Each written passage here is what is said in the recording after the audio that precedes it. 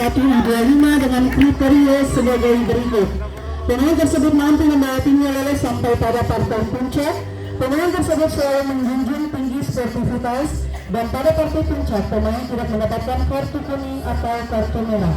Dan pemain terbaik jatuh kepada pemain dengan nomor punggung 99 asal klub Pakarsi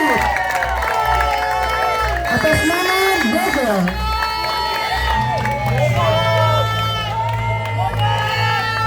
Dipersilakan untuk ketua pemuda alumni Bapak Hani Utari untuk memberikan piala dan juga bonus. Pemain terbaik mendapatkan total bonus berjumlah 1 juta rupiah.